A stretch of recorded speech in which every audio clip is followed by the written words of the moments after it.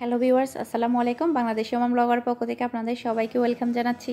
আশা করছি আপনারা সবাই অনেক ভালো আছেন। আমিও আলহামদুলিল্লাহ আপনাদের সবার দোয়াতে ভালো আছি। আলহামদুলিল্লাহ গতকালকে আমার চ্যানেলে 1000 সাবস্ক্রাইব পূরণ হয়েছে। এটা শুধুমাত্র সম্ভব হয়েছে আপনাদের কারণে। আপনারা আমাকে সাপোর্ট না করলে আমার চ্যানেলটা এতটুকু পর্যন্ত আসতে পারতো না। আমি আপনাদের কাছে অনেক বেশি কৃতজ্ঞ। আর সেই উপলক্ষে আমি আপনাদেরকে মোরগ পোলাও তৈরি করে দেখাবো। আশা করছি আপনাদের কাছে অনেক ভালো লাগবে। সেই সাথে আমার সকল ভিউয়ার্স এবং সকল সাবস্ক্রাইবারদেরকে আমি একটা কথা জানাতে চাচ্ছি, সেটা হচ্ছে আমার যখন 600-700 সাবস্ক্রাইব ছিল তখন আমি মনে মনে ভেবেছিলাম আমার যখন 1000 সাবস্ক্রাইব হবে তখন আমি 3টা চ্যানেলকে প্রমোট করব, 3টা চ্যানেলকে আমি সারপ্রাইজ দিব। তাদেরকে আমি আগে বলিনি তাদের চ্যানেলগুলো আমি প্রমোট করব।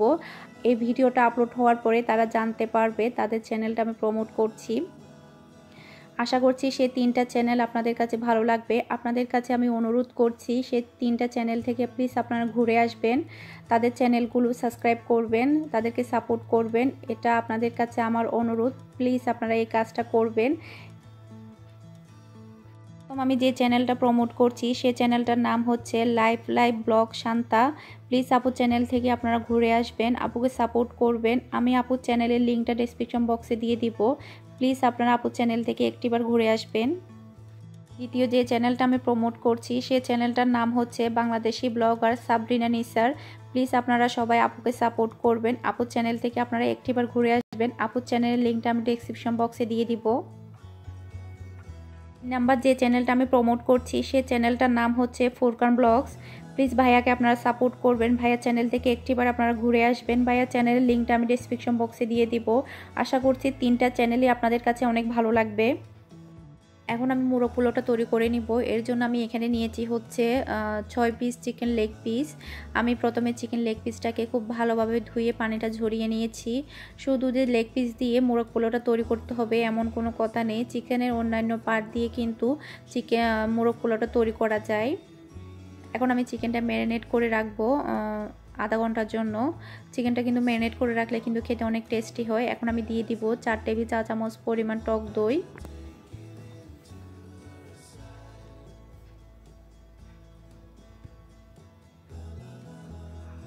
তারপর হচ্ছে আমি এখন দিয়ে দিব হচ্ছে 1 টেবিল চা চামচের মতো হচ্ছে লেবুর রস।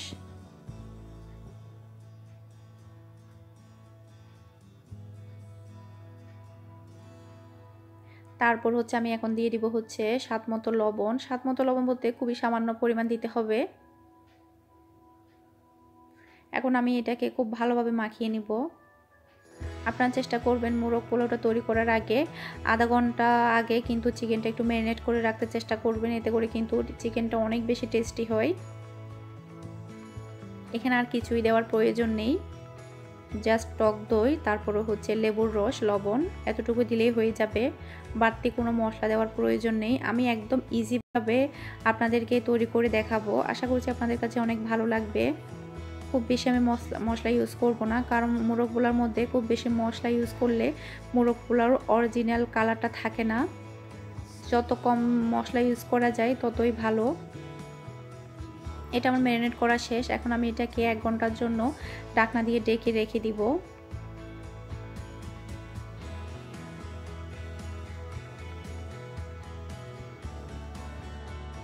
এখন হচ্ছে আমি চিকেনটা রান্না করে নিব। এর জন্য হচ্ছে আমি চুলার মধ্যে প্যান বসিয়ে দিলাম।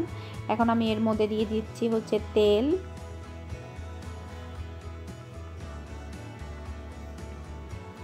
তারপরে আমি এখন দিয়ে দিব হচ্ছে গোটা মশলা। এখানে আমি হচ্ছে কোনো প্রকারের গুঁড়ি ইউজ করব না, পাউডার কোনো মশলা ইউজ করব না, সেজন্য আমি এখানে সবগুলো গোটা মশলা ইউজ করছি। এখানে আমি দিয়েছি হচ্ছে তেজপাতা, দারচিনি, লং, এলাচি, গোলমরিচ। আসলে এখানে যদি গুঁড়া মশলা ইউজ করি তাহলে কিন্তু কালারটা একদমই নষ্ট হয়ে যাবে। এমনিতে কিন্তু মোরগ পোলাও কালারটা কিন্তু একটু সাদাটে থাকে, দেখতে অনেক ভালো লাগে। যদি আমি এখানে গুঁড়ি ইউজ করি পাউডারের তাহলে কিন্তু কালারটা একদমই নষ্ট হয়ে যাবে, ভালো লাগবে না। আপনারা চাইলে ইউজ করতে পারেন, কোনো সমস্যা নেই। এখন আমি দিয়ে দিচ্ছি হচ্ছে 1 কাপ পরিমাণ পেঁয়াজ বাটা। এখানে কিন্তু পেঁয়াজ বাটাটা ইউজ করতে হবে। তারপরে হচ্ছে আমি এখন দিয়ে দিচ্ছি হচ্ছে 1 টেবিল চা চামচের মতো হচ্ছে রসুন বাটা।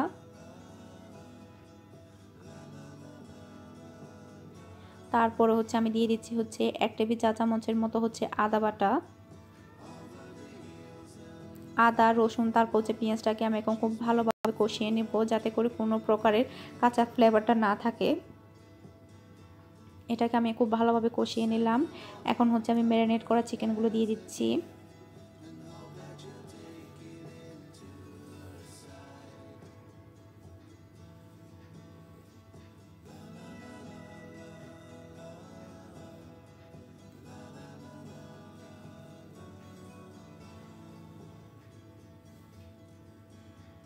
বাটির মধ্যে যে টক দই লেগেছিল সেগুলো আমি দিয়ে দিচ্ছি।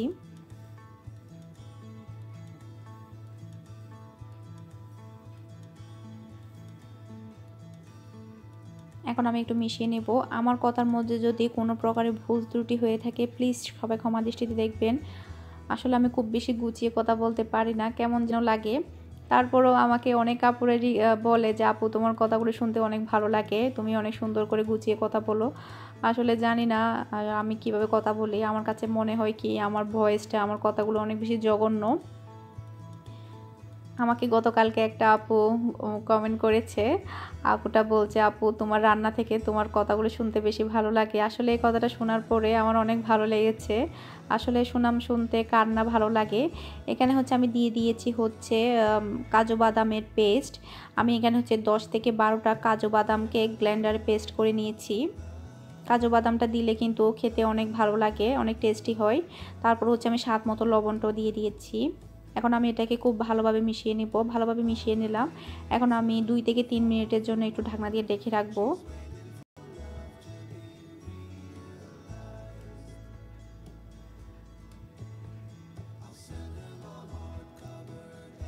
2 থেকে 3 মিনিট পর দেখুন অনেকটা কিন্তু কালারটা চেঞ্জ হয়ে এসেছে। আরও সুন্দর কালার আসবে যখন এটা সম্পূর্ণভাবে হয়ে যাবে। এখন আমি দিয়ে দিচ্ছি কয়েকটা কাঁচামরিচ। কাঁচামরিচটা দেওয়ার কারণে কিন্তু একটু হালকা হালকা ঝাল হবে, খেতে কিন্তু অনেক ভালো লাগবে।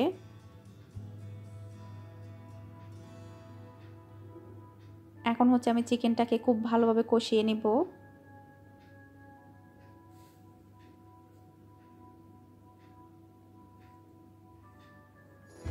ঢাকনা দিয়ে ঢেকে দিচ্ছি।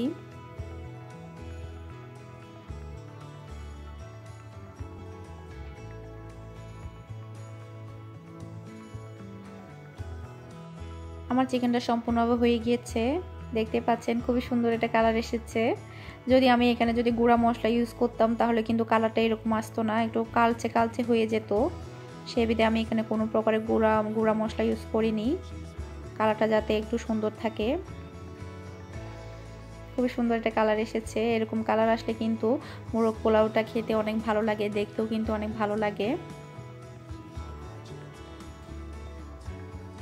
এখন হচ্ছে আমি পোলাওটা তৈরি করে নিব। এর জন্য আমি হচ্ছে প্যানের মধ্যে হচ্ছে পর্যাপ্ত পরিমাণ তেল দিয়ে দিব। এরপর হচ্ছে আমি এখানে আরও কিছু গোটা মশলা ইউজ করব, তেজপাতা, লং, এলাচি, দারচিনি, গোলমরিচ। তারপর হচ্ছে আমি গোটা মশলাটাকে একটু তেলের মধ্যে একটু ভেজে নিব। গোটা মশলাটাকে কিন্তু যদি তেলের মধ্যে একটু ভেজে নেওয়া হয় তাহলে কিন্তু খুবই সুন্দর একটা ফ্লেভার আসে।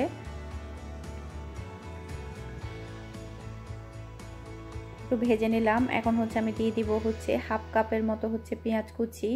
পেঁয়াজটাকে আমি হচ্ছে ব্রাউন কালার করে ভেজে নিব।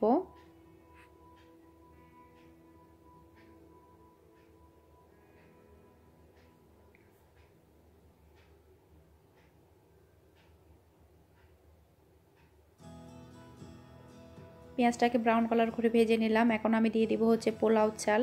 আজকে হচ্ছে আমি টোটাল 3 কাপ পরিমাণ পোলাও চাল দিয়ে মোরগ পোলাওটা তৈরি করব। আমি প্রথমে পোলাও চালটাকে খুব ভালোভাবে ধুয়ে 10 মিনিটের মতো হচ্ছে পানির মধ্যে ভিজিয়ে রেখেছিলাম। 10 মিনিট পর হচ্ছে আমি ঝাঁঝরির মধ্যে ঢেলে নিয়েছি যাতে করে পানিটা সম্পূর্ণভাবে ঝরে যায়। অনেকে হয়তো বা ভাবতে পারে 10 মিনিটের মতো যদি আমি ভিজিয়ে রাখি চালটা ভেঙে যাবে, আসলে এটা কিন্তু না। যদি আমি চালটাকে ভিজিয়ে রাখি তাহলে কিন্তু চালটা অনেক বেশি ঝরঝরে থাকবে, একদম গোটা গোটা থাকবে।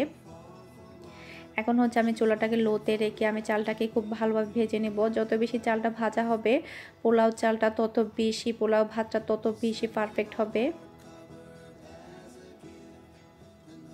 আমি চালটাকে ভালোভাবে ভেজে নিলাম। ভেজে নেওয়ার পরে হচ্ছে বোঝার উপায় হচ্ছে একটা কটকট শব্দ উঠবে ভাজার সময়, তারপর হচ্ছে পুরো চালটা সাদা হয়ে যাবে, তাহলে বুঝতে হবে চালটা ভাজা শেষ, একটু ঝরঝরে হয়ে যাবে। এখন হচ্ছে আমি পানি দিয়ে দিব। এখানে হচ্ছে আমি টোটাল হচ্ছে পানি দিব 5 কাপ, তারপরে 1 কাপ পরিমাণ লিকুইড দুধ দিব। টোটাল আমি এখানে যাচ্ছে হচ্ছে 6 কাপ। যতটুকু চাল ততটুকু তার ডাবল হচ্ছে পানি। আপনারা যদি দুধটা না দিতে চান সেক্ষেত্রে আপনারা 6 কাপ পরিমাণ পানি দিবেন। আমার কাছে দুধটা দিলে ভালো লাগে, সেই বিধায় আমি এখানে 5 কাপ পরিমাণ পানি দিলাম, 1 কাপ পরিমাণ দুধ দিলাম। তারপরও হচ্ছে আমি এখানে কয়েকটা কাঁচামরিচ দিয়ে দিচ্ছি ফ্লেভারের জন্য। কাঁচামরিচটা দেওয়ার কারণে খুবই সুন্দর একটা ফ্লেভার আসে কাঁচামরিচের। তারপরও হচ্ছে আমি এখন দিয়ে দিচ্ছি হচ্ছে স্বাদ মতো লবণ। একটু ভালোভাবে মিশিয়ে তারপর হচ্ছে আমি এটাকে 4 থেকে 5 মিনিটের মতো ঢাকনা দিয়ে ঢেকে রাখবো, যাতে করে পানিটা একটু টেনে আসে। ঢাকনা দিয়ে ঢেকে দিলাম। 4 থেকে 5 মিনিট পর দেখতে পাচ্ছেন পানিটা কিন্তু অনেকটা টেনে এসেছে। আবার একটু নেড়েচেড়ে মিশিয়ে নেব। এরপর হচ্ছে আমি চুলাটাকে লোতে রেখে এটাকে আমি 20 মিনিটের মতো দমে রাখবো। এর মধ্যে কিন্তু এটা সম্পূর্ণভাবে হয়ে যাবে, আর একটা বারও ঢাকনা ওঠানোর কোনো প্রয়োজন নেই। চুলাটাকে আমি একদম লোতে রাখবো।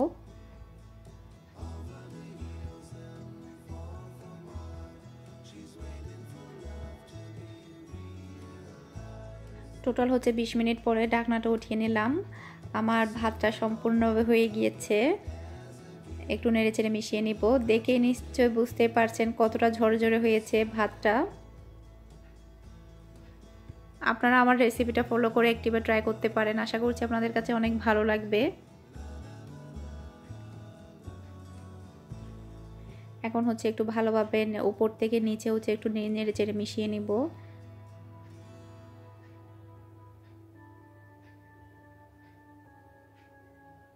এখন হচ্ছে আমি একটু মাঝখানে গর্ত করে দিব, যাতে করে আমি চিকেনগুলো বসাতে পারি।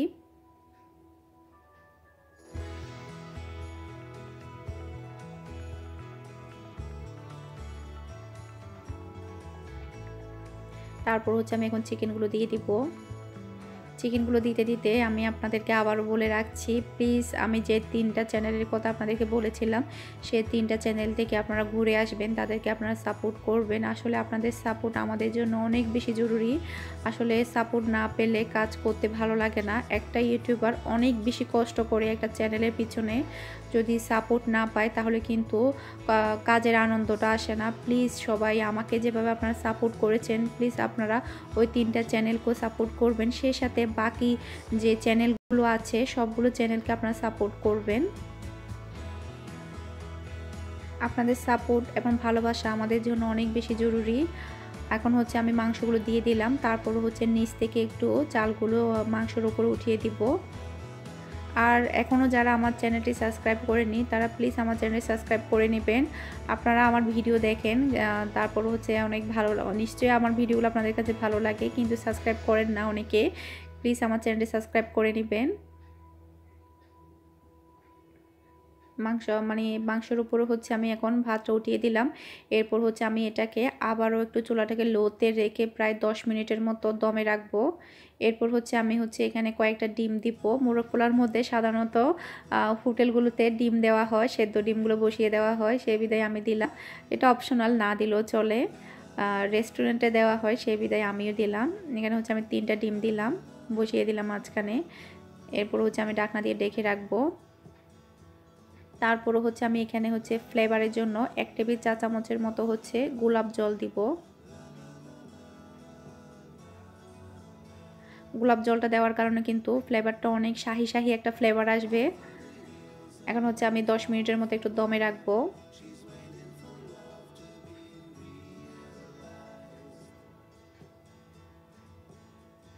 দশ মিনিট পর ঢাকনাটা উঠিয়ে নিলাম। হয়ে গেল আমার মোরগ পোলাও।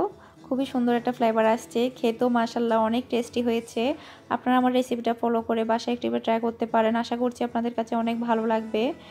সেই সাথে আমার আজকে ব্লগের ভিডিওটা আমি এখানে শেষ করছি। আশা করছি আমার আজকে ব্লগের ভিডিওটা আপনাদের কাছে ভালো লেগেছে। আজকের মতো বিদায় নিচ্ছি। আপনারা সবাই অনেক অনেক ভালো থাকবেন। আল্লাহ হাফেজ।